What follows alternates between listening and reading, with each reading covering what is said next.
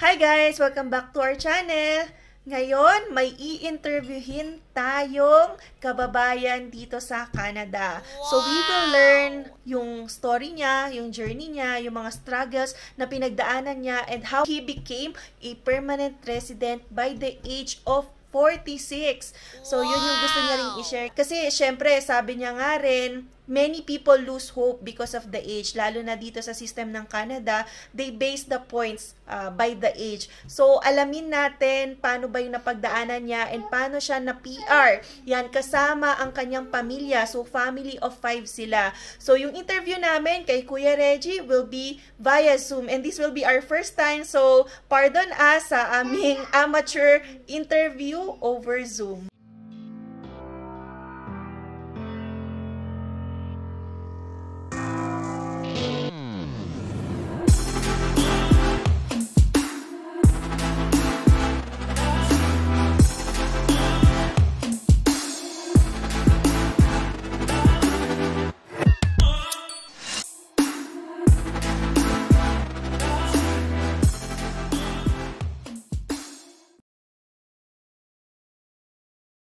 So, good morning guys. Nandito tayo ngayon para interviewin si Kuya Reggie. So, nandito siya sa Edmonton, Alberta. So, a little bit muna of background, Kuya Reggie. Parang can you introduce yourself, background nyo, and then kailan ba kayo nagpunta ng Canada? Yun po. Okay, so basically, dumating ako ng Canada 19 around July, pero I was hired as a I was given a worker's visa from a company in Quebec. When I was hired, the job offer ng 2018, around something 2018, if I'm correct, maybe June, July, yung si Quebec, they have a mass opening. Ang nangyari, yung merong isang agency sa Quebec na dinala niya lahat ng mga employer doon, nag-mass recruitment. Yung occupation ko sa Philippines, I'm a mechanical engineer. So, nag-OFW na rin ako all over the world. So, sabi ko, tapos may opportunity na dumating. Sabi ko, why not try Canada? So, binigyan ako ng worker's visa, pero almost 1 year and a half akong naghintay. So, kasi si Quebec, parang narinig ko, first, hindi sila gaano nag-accept ng mga workers visa. Parang first time lang nila mag-process ng ganong kadami. Parang na-overwhelm yata yung kanilang system. So, inabot kami 1.5 years. So, I work there in a company na nagma-manufacture sila ng mga, nakikita nyo sa kalsada, minsan yung mga dump truck na nagtatapon ng snow. So, na-assign ako as a draftsman there. Kasi hindi ako sa Montreal napunta. It's somewhere outside of Montreal. And when you're outside of Montreal, people speak only French. So sa awa ng Diyos, meron akong naging kasama na mabait siya, parang co-worker ko, siya lang yung nag-iisang ng English. Sa awa ng Diyos, tinuruan niya ako. So ayun, it was a struggle kasi imagine mo ang mga tao talaga doon as in zero hindi nag-speak ng English, French talaga sila. So you have to adapt. So imagine mo gumagawa ko ng mga drawings, lahat ng salita in French, I have to convert it from time to time to Google. It was a struggle talaga. After around 2020, somewhere October, an unfortunate thing happened to me. So, I can say na gusto akong pagawin ng employer ko. For whatever reason na hindi ko alam, ako naman, decision ng employer, sabi niya, hindi pa tapos yung kontrata ko kasi dapat 2 years eh. So, naka 60 months pa lang ako sa kanya, he decides na, sabi niya, I need to cancel your contract, you need to go home kasi I don't know for whatever reason, hindi ko alam office politics or whatever business decision. So, ako naman, out of respect, tinanggap ko ng maluwag sa loob. Sabi ko sa kanila, sige, I understand your decision, pero I hope na yung paghiwalay natin, hindi siya bang parang masama. I hope we can still be friends. Sabi ko, after sabi ko, this is only business, right? Pero kasi after office hours, nag-uusap kami, nagkukwentuhan na para bang okay lang, nothing, no personal. So, business decision talaga. So, yung anak ng may-ari, kinausap pa ako, sabi niya, I'm sorry, but we have to do this. Sabi ko, okay lang, okay lang. So, ayun na. Pauwi ako ng Pilipinas. So, first week ng February, napauwi ako. During that time, quarantine, pandemic pa. So, nagstay ako sa isang hotel for almost a week there, provided ng OWA, ng POA. So, sabi ko, why not? Sabi ko, naka-ready na rin naman yung mga documents ko. I-upload ko sa express entry nila na gumawa ko ng account. Sayang naman, di ba? Oo, so gumawa ko. Kasi naka-ready na yung lahat ng documents ko eh. So, gumawa ko ng express entry ko. It was around February 9, naalala ko pa yon. Nung sinoma total na ng IRCC, sabi nila, you only have 320 points. During that time, I was already 45 years old. Wala na, zero na eh. Sabi ko, patay, sabi ko. Pero sabi ko, sige, kasi meron namang 1 year na ilalagay ng IRCC yung pangalan mo sa database nila, di ba? Opo. I will remember this date, for the rest of my life. It was around February 13 or 14. May nabasa akong article na si Canada nag-issue siya ng invitation for lahat na may Canadian experience. The minimum requirement is 70 points. Alam niyo kung magkano in-invite nila? 27,000 applicants during that time. Oo, ang ganda nung sa time niyo po. Well, ang kailangan kasi nila, ang kailangan doon, nandun na sa loob ng Canada at meron siyang at least minimum Canadian Express experience for at least a year. Oo po, sa CEC nga po. Oh, yun. So, ganun. So, nangyari, ayaw ko muna maniwala. Sabi ko, wala, scam to. Sabi ko sa sarili. Tapos, may email na dumating sa akin galing RCC. Tapos, lakas ng kutob na kaba ng puso ko. Sabi ko, baka totoo to. Invitation to apply na ba?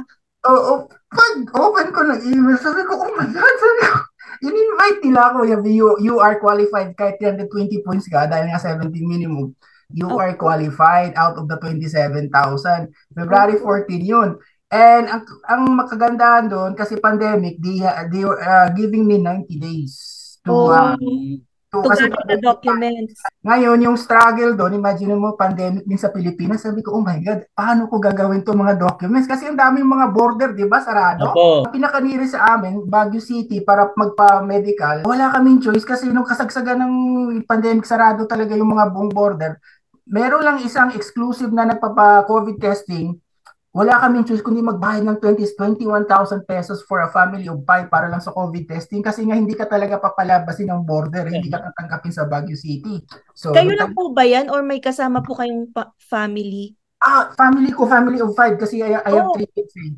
Oh, nice. So, punta kami doon, biyahe kami. Imagine mo, bawat border ng Ilocos Norte, Ilocos Sur, La Union, Pangasinan, hinto kami ng hinto kasi hinahanapan ka na ng COVID testing eh. Ngayon dito na ang pinakamatindi, police clearance. Kasi sa bawat bansa na napupuntahan mo, for nagstay ka ng at least 6 months, kailangan humingi yung si Canada for the last 10 years ng police clearance. Ngayon, ang pinaka-struggle ko dito, kasi nag-OFW ako sa Papua New Guinea, imagine mo ko yung Pilipinas na worse na, Papua New Guinea as in worse na worse pa sa Pilipinas. So, kasi nga, alam mo na, imagine mo parang, no offense parang nasa Africa ka ba na, alam mo yun, yung sistema nila talaga. Sabi ko sa sarili ko, patay. Sabi ko, paano kukuha ng police clearance? Doon, nakiusap ako sa mga kasama ko doon na mga locals, as usual, one lang, yeah, no problem, we will help you. Pero wala talaga, as in wala. So, out of desperation, nag-search ako sa Google, sabi ko, paano ko gagawin to? Nag-search ako ng search, meron akong nakitang isang link or yung isang website na nag-o-offer yung website na yun ng police clearance services kasi daw marami daw expat humingi. Ngayon, naka-base sila sa Australia, humingi siya ng almost 20,000 pesos, equivalent Australian dollar, sabi niya. Parang ang hirap nun. Mag-isip ka kung sabi sa akin, email lang kami nag-email eh. Sabi ko, baka scam to. Pero I have no choice eh. Sabi ko, sige, I'll take the chances. Sabi ko, so nagbayad ako sa kanya through DHL, whatever. Nag-transfer ako sa PayPal, whatever. So natanggap niya yung pera. So sabi ko, ito na. So for 1 month and a half, sabi ko, malapit na dumating yung deadline namin sa pag-apply ng application. May yun eh. Sabi ko, naku, mukhang malabo to, scam So, parang mag-give up na ako ba? Sabi ko, mukhang malabo talaga to So, nangyari, ang mga March or April, sabi niya, I have good news for you. Nalabas na yung kwan mo, yung police clearance. So, sabi ko, oh my God, hindi pala scam. Talaga, sabi niya, nung una yung maniwala kasi madali kasing gumawa ng website at sabi-sabi reviews, di ba? Sabi ko, nung pinasa ko, in-upload ko na sa IRCC yung document na yun kasi yun na lang yung pending ko eh. Akala ko scam kasi alam mo naman si RCC very mahigpit yan sila, di ba? Baka fake yung Opo. papers. So, okay naman. So, everything was good. Tapos, mag-express entry ka kasi, ang sinasabi nila ng panahon na yun, in 6 months, sabi nila, mapaprocess na yung papers mo. Sabi ko, hindi ako naniwala to. Sabi ko, baka malabo to. So, natanggap ni IRCC yung documents namin. Ito, May 15 yung deadline ng aming pagpasa. Alam mo kung kailan ko na ipasa? Yeah. It was May 13, last Wow. minute. Last minute na nga, beating the deadline. Kasi ang kailangan namin pangbayad ng documents, yung parang, anong tawag ng application fee, it was around 3,250 Canadian dollars, di ba? Okay. Ngayon, sabi ko kay Mrs., paano to? Sabi ko, hindi kasya yung pera natin, yung ipon ko, sabi niya. Alam mo, hindi Dami naman pa naman, no? Family of 5. Oo, imagine mo, so almost 150,000 pesos equivalent. I'm not sure how much is the value. Sa awa ng Diyos, sabi ni Mrs., sabi niya, meron akong ditong credit card sa BPI, sabi niya, na yung limit ko is around 250,000 pesos. Sabi ko, sige, gamitin natin to pang-apply. Kung hihingi tayo sa kamag-anak mo, sa relatives ko, saan sila kukuha ng ganong value na pera, di ba, sa atin? Bigla-bigla, no? Ang laki-laki nun. So sa awa ng Diyos, ayun si PPI, ginamit namin sa IRCC. Sa awa ng Diyos, ayun, natanggap yung payment namin last minute. Tapos officially, sabi ng IRCC, you have paid us on May 14, one day before ng Monday na lang. cut off yan sila na sinasabi. Sabi ko na, alam mo yung parang yung emotions mo ba roller coaster na ano ba, pasado ba ako? Kasi yung effort mo, yung ninyo ba, lahat. Thank God, hindi ako in-expect by October or November ng 2021, lumabas ng decision sa amin, granted na kami. Wow! Oo nga. At 5 months. So ngayon, ito na naman. Pero bago ka makaproceed, kailangan pumunta ng Makati, yung sa embassy ng VFS ba yun? Kasi na kailangan magpa-bioscan, fingerprint. Tama. Sabi ko, ito na naman, border na naman ang problema na. Si Mrs. lang at ako ang required ng embassy mag-provide ng fingerprints and yung face mo, pipicturean mismo ng VFS. So sabi ko kay Mrs., walang biyahe ng bus from Ilocos to Manila. Layo pa naman. Meron kaming kotse na, Diyos ko, antik na kotse, pinakondisyon ko siya, pinatignan ko sa mekaniko, sabi ko, kaya ba to ibiyahe ng Manila? Sabi niya, kaya naman sir, sabi niya, alalay lang.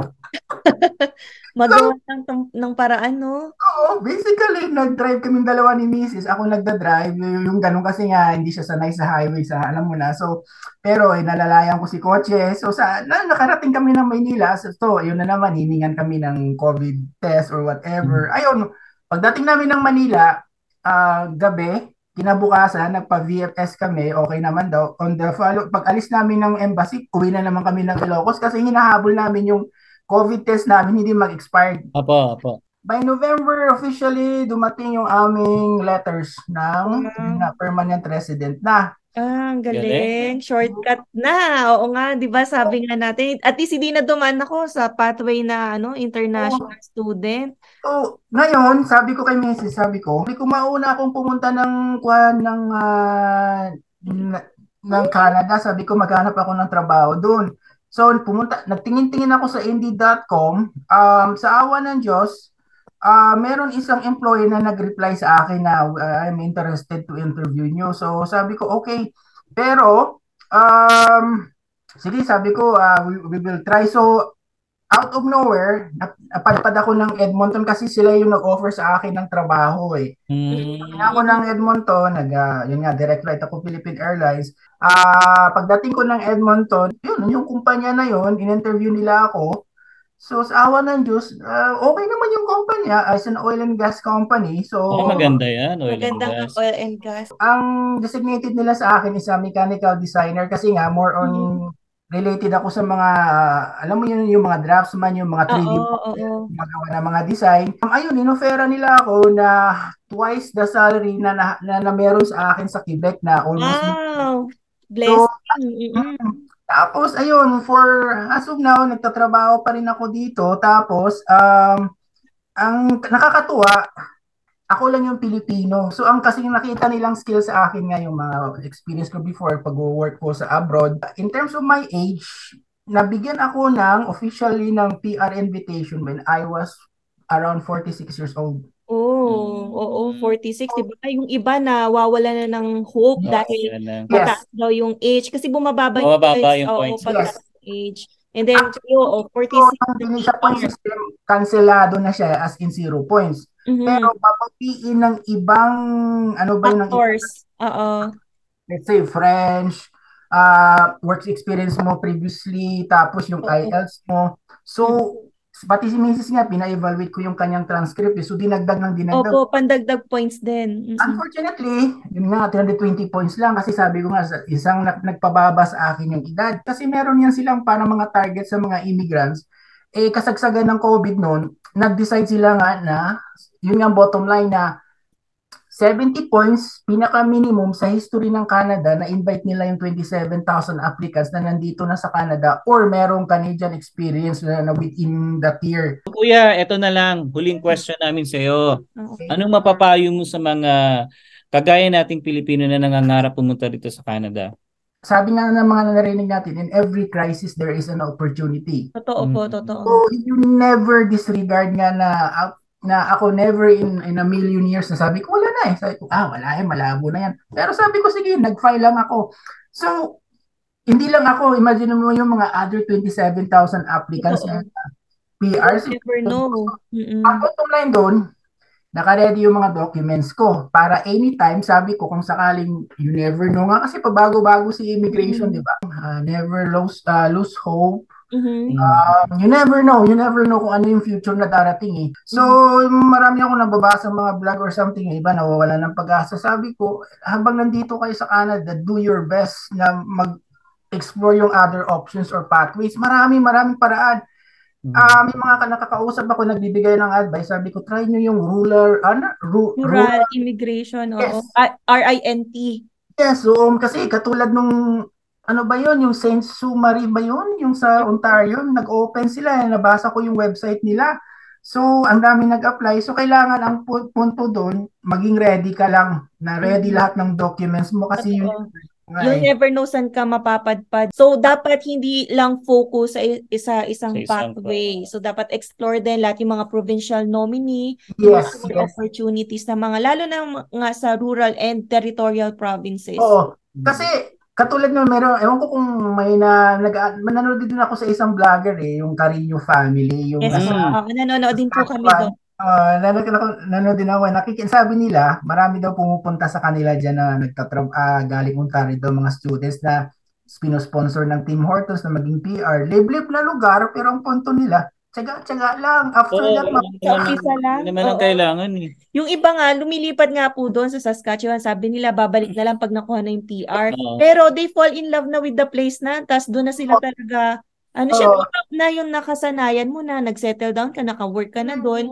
Kaya pwede rin talaga open dapat din talaga yung mind sa mga ibang provinces. Yun nga eh. So basically kasi temporary lang naman eh. Once na nakuha mo na na-achieve mo na yung pagiging permanent residence, you can do what you want, di ba? So, so yun lang ma-share ko na yung journey na yung papunta namin dito, may struggle na ups and downs of emotions na hindi mo alam na yung ganun ba.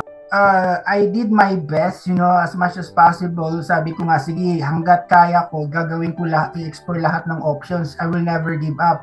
Because at the end of the day, when that day comes, when my children are grown up, na I can say to them, sabi ko nga, worst case scenario, kung hindi man natuloy yung pangarap namin, makapunta dito, I can proudly say and look them in the eyes na that your daddy did everything he could, but unfortunately, wala hindi siya sinuwerte. Pero sabi ko, nasa sa inyo na yung gusto nyong ituloy.